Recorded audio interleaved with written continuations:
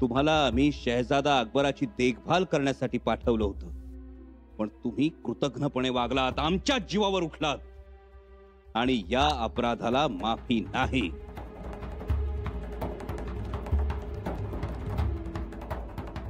जनार्दन पंत हणमंते, तुमच्या घराण्याचा केवढा मोठा लौकिक, पण तो सगळा लौकिक लोभापायी विसरून तुम्ही या कटकारस्थानात सामील झाला. खरं तर ही तुमची दुसरी वेळ आहे. मागच्याही कटात तुम्ही सामील असूनही आम्ही तुम्हाला माफी दिली होती, पण आता काय करावं तुमचं?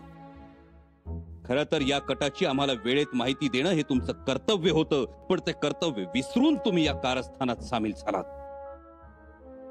लबाडी केलीत, गद्दारी केलीत. माफी महाराज. जनार्दन पंत, लबाडी ही अशी गोष्ट आहे की ती कितीही सावधपणे, कितीही हुशारीनं केली तरी सुद्धा आभाळातून जमिनीवर उतरणाऱ्या विजेसारखी लखलखून दिसतेच. दिसते महाराज.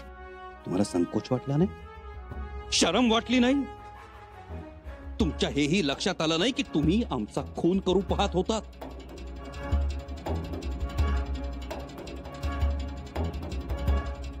खून करणं तर दूरच, परंतु राजाच्या खुनाचा विचार करणं हा सुद्धा राष्ट्रद्रोह.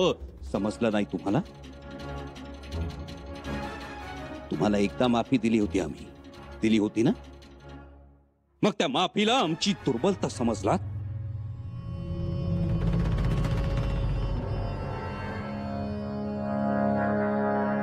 काय पंत,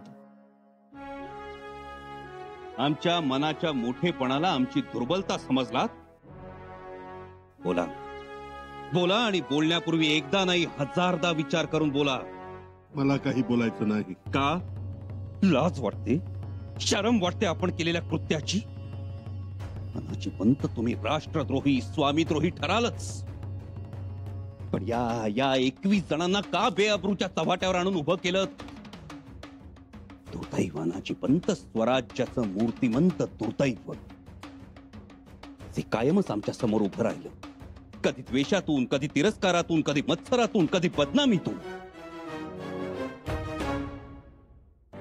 आमचे आबासाहेब होते तोपर्यंत ही धार कमी होती. तेव्हाही तुम्ही आमची बदनामी केलीच, परंतु परहस्ते. आमची निंदा केली, परंतु हस्तकान मार्फत. आमच्या बद्दलच्या अफवा उठवल्या, परंतु तिराहिता करून. आबासाहेब केले आणि तुमच्यातल्या आमच्या बद्दलच्या मत्सरानं फणा काढला. मनाची पंत, तुम्ही वेळ साधली ती आमच्या आबासाहेबांच्या जाण्याची. आम्हाला कुठलीही कल्पना न देता रायगडाचे दरवाजे बंद केलेत, आमच्या बाळराजांचं मंचकारोहण केलं आणि पन्हाळगडी आम्हाला कैद करण्यात आला.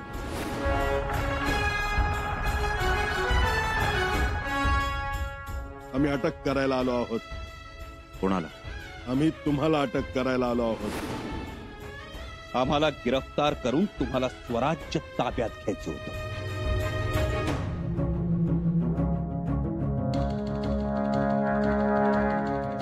परंतु सरनोबत हंबीर मामांच्या सजगतेमुळे तुमचा डाव फसला.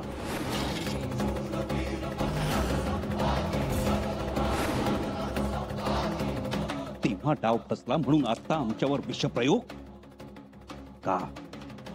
का अनाजी पंत, का असे वागलात? हे पहा राजे, खबरदार एक शब्द उच्चाराल तर.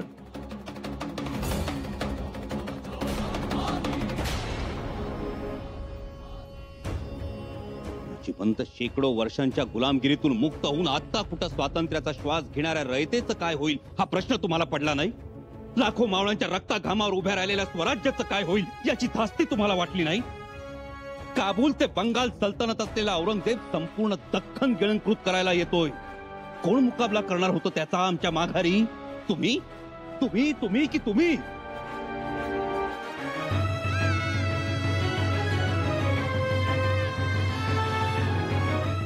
मग कुठल्या विचारानं हे षडयंत्र महाराष्ट्राच्या भाळी मारायला निघाला होता तानाजी पंत?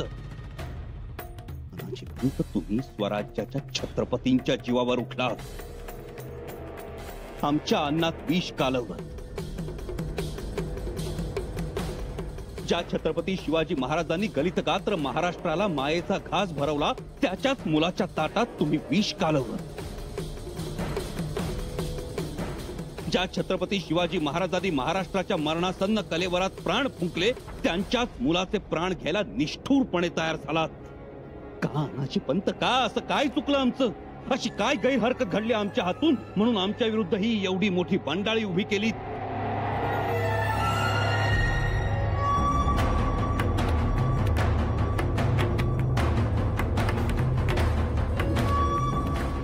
अनाजी पंत, समर्थ रामदासांनी आम्हाला पत्र लिहिलं होतं.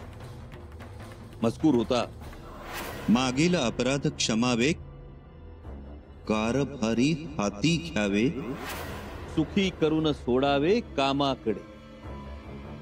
पाटातील तुंब निघेना, तरी प्रवाह चालेना, ऐसे जनाच्या मना कळले पाहिजे.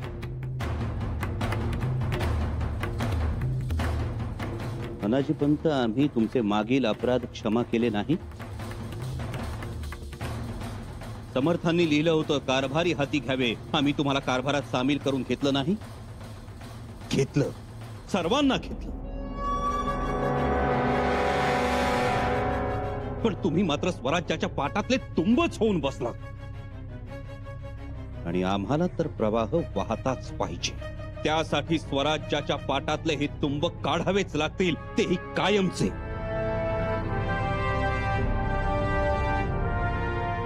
परंतु बस, सफाई देण्यासारखं काही उरलंय असं आम्हाला वाटत नाही.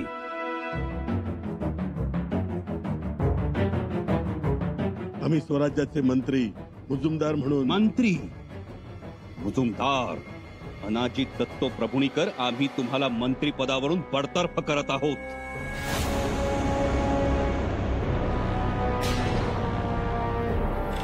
तुमची मुजुमदारकी काढून घेत आहोत. जनार्दन पंत, तुमचंही पद आम्ही काढून घेतो आहोत. बाळाजी पंतांना चिटणीस पदावरून बडतर्फ करण्यात येत आहे.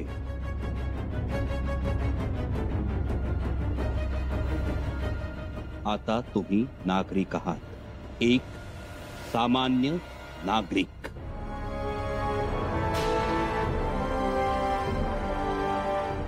आता बोला. शिवचरणी निरंतर दत्त सुत अनाजी पंत तत्पर, ही मुद्रा धारण करणारे अनाजी दत्तो, बोला. बोला, कोणती शिक्षा द्यावी तुम्हाला? सांगा अनाजी पंत, सांगा. ज्या हातांनी आम्हाला आजवर मुजरे केले, त्याच हातांनी आमच्या अन्नात विष कालवणारे अनाजी पंत, बोला. ज्या हातांनी आमच्या राज्याभिषेकाची ओम स्वस्ती श्री ही अक्षर रेखून आमंत्रण पाठवली, त्याच हातांनी आमच्या मृत्यूला निमंत्रण देणारे बाळाजी पंत, बोला. बोला, बोला जनार्दन पंत. तुम्ही तर राज्य व्यवहार कोश निर्माण करण्यात मदत करणारे, असे कसे अव्यवहाराने वागला? बोला, आता काय शिक्षा द्यावी तुम्हाला? बोला हिरोजी फर्जन. आबासाहेबांसाठी मृत्यूशय्येवर झोपणारे तुम्ही, त्यांच्याच मुलाला मृत्यूशय्येवर झोपवायला निघाला, तेही कायमचे. बोला, काय शिक्षा द्यावी तुम्हाला?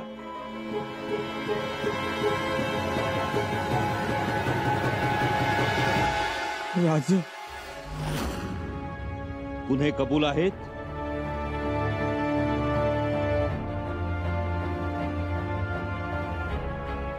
असतील तर सांगा. सांगा, काय शिक्षा द्यावी तुम्हाला?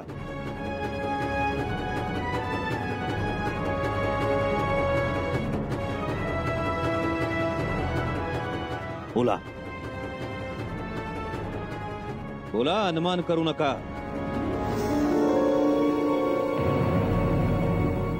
आम्ही तुमच्या समोर आहोत आणि जिवंत आहोत. ना तुमचं विष आम्हाला मारू शकलं, ना तुमचं कारस्थान आम्हाला संपवू शकलं. त्याच रुबाबात, त्याच धारिष्ठ्यानं स्वराज्याचे दुसरे छत्रपती तुमच्या समोर आहेत.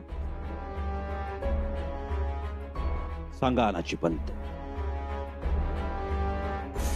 या दुष्कृत्याची कोणती शिक्षा द्यावी? शिक्षा? हो, शिक्षा. की या पुण्य कर्माचं फळ द्यावं तुम्हाला, का व इनाम द्यावी? वचनं द्यावी की जमिनी बक्षीस पात्र करून द्याव्या?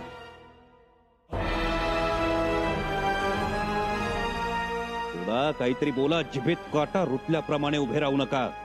क्षमा असावी, परंतु राजमातोश्रींना जी शिक्षा दिली जाईल तीच शिक्षा आम्हाला द्यावी. तानाजी पंत,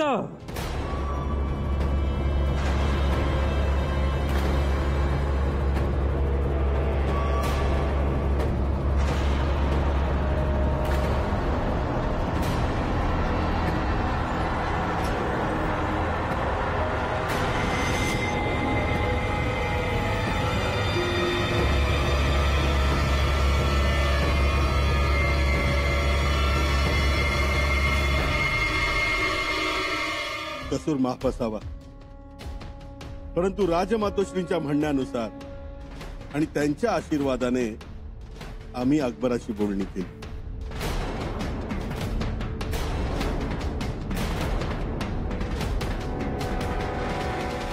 तानाजी पंत, कुठे आणि कुणा समोर उभे आहात याचं भान ठेवून बोला. राजे, तुम्ही स्पष्ट बोलायला सांगितले, आम्ही बोललो. बोलला नाही तानाजी पंत तुम्ही, करळ ओकली, करळ.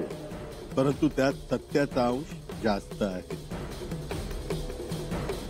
तानाजी पंत, आधी तुम्ही आम्हाला माणसातून, रयतेतून उठवण्याचा प्रयत्न केला, त्यानंतर सिंहासनावरून उठवण्याचा प्रयत्न केला, मग जगातून उठवण्याचा प्रयत्न केलात आणि आता आम्हाला आईच्या मांडीवरूनही उठवण्याचा प्रयत्न करता आहात. भान असू द्या. ज्या गोष्टीची भीती होती ती सामोरी आली आता. ज्वानाजी पंत लय कारस्थानी, ऐन वक्ताला पेचात पकडणारा. आता व सुनबाई जे ठरवतील त्यावर अवलंबून आहे सगळं. त्या सुद्धा चिडीला गेलाय थोरल्या बाई साहेबांवर. हे गुत आता कमी नाही होणार, वाढणारच आहे. आता व काय करायचं? आई भवानीला काळजी का सगळी. आता तिच्याकडे एकच साकडं. छत्रपतींच्या घरातल्या गोष्टी घरातच राहू दे बाई. पर खरं सांगू का, मातोश्री दुस्वास करत्यात, पर ज्वानाजी पंत म्हणतो तेवढं बी नाही. आम्हाला जाण आहे ग त्याची, पण हे सिद्ध कसं करायचं? अवघड आहे.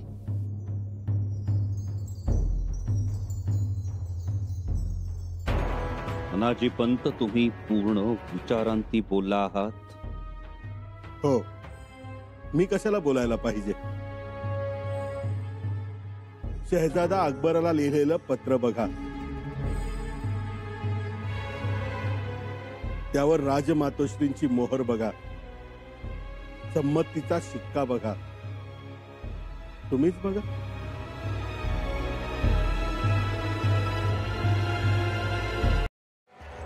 पाहिलत ना, हा आहे दादा. मोठाच पेच आहे, तिडा बसला पाहिजे. बसणार. तिडा बसणार आणि सुटणारही नाही. मला माहित होत हे अनाजी पंत ऐन वेळेस असा काहीतरी मुद्दा काढणार. या असल्या मुद्द्यांना राजांनी लय महत्व देऊ नये. समोर रयत आहे, धर्मपीठ आहे, न्यायासन आहे, आणि हा आता मुद्दा राहिला नाही, हा आता आरोप झाला आहे. बरोबर आहे, कोंडाजी बाबा म्हणतायत त्याप्रमाणे याला खरंच महत्व देऊ नये. खरं तर या गोष्टीला जेवढं चुचकारू तेवढा आपल्या चांगलं देणार हाय. या असल्या लबाडासनी जवळ बी उभं करून घ्यायची लायकी नाहीये, ह्या मताचा मी हाय.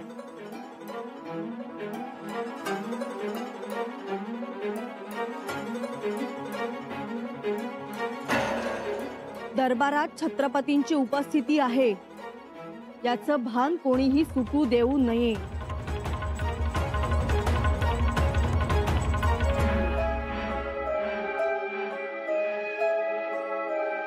मातोश्री, अनाजी पंतांनी आपल्यावर आरोप केला आहे.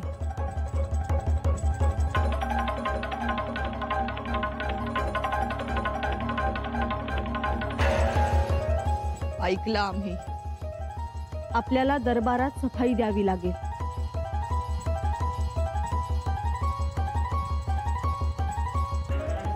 आम्हाला कोणतीही सफाई द्यायची नाही.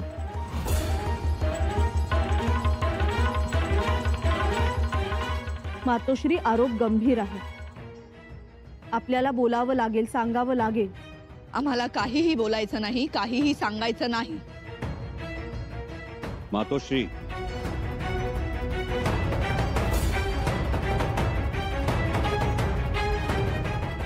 तुम्ही या कटात सामील होतात की नाही? असाल तर हो म्हणा, नसाल तर नाही म्हणा.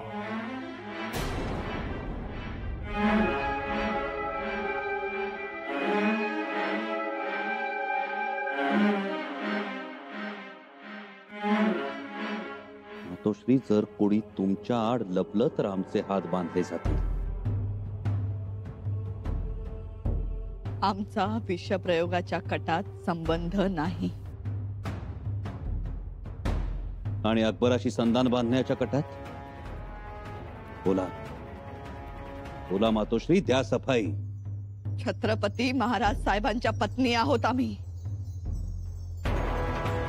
आम्ही सफाई द्यावी भर दरबारात? द्यावी लागेल. तुम्ही छत्रपतींच्या पत्नी असलात तरी हा छत्रपतींच्या रयतेचा दरबार आहे आणि हे रयतेचं राज्य आहे. आणि यापूर्वी याच ठिकाणी छत्रपतींच्या मुलाने सुद्धा सफाई दिलेली आहे मातोश्री.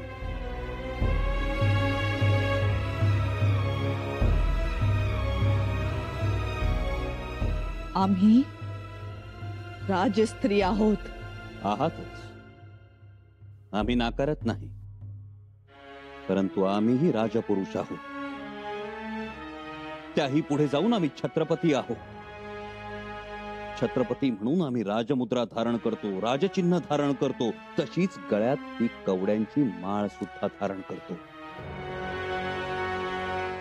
आणि ही कवड्यांची माळ आपला राजवर्ख पुसून टाकते मातोश्री. रयत म्हणून सफाई द्या. काय बोलावं? जे ठरलं होतं तेच बोला. राजाराम राजेंना गादीवर बसवायचं आणि त्यासाठी अकबराची मदत घ्यायची होती. ठरलं होतं ना?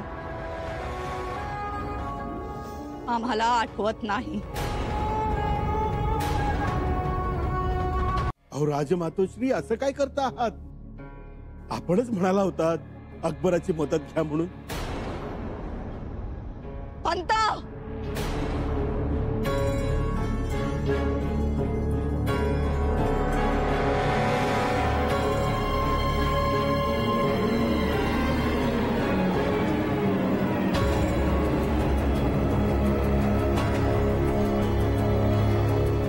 काय बोलताय तुम्ही? अहोदरच सावत्र म्हणून आमचा बोलबाला आहे. प्रत्येक वेळी आमचा अपमान होत आला, उपमर्द होत आला.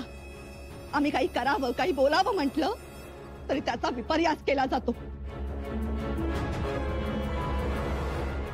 गडावर घडणाऱ्या प्रत्येक गोष्टीशी आमचा संबंध जोडला जातो आणि आजही तेच होतंय. आम्हालाच वेठीस धरलं जातंय. बिलकुल नाही राजमातोश्री. पहिली गोष्ट भांबावून जाऊ नका. जे केलंय ते मान्य करा.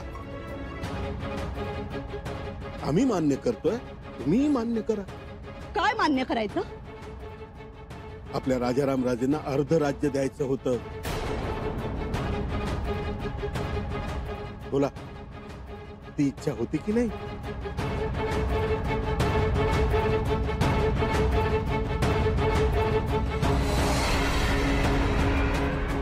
हो, आमची तशी इच्छा होती.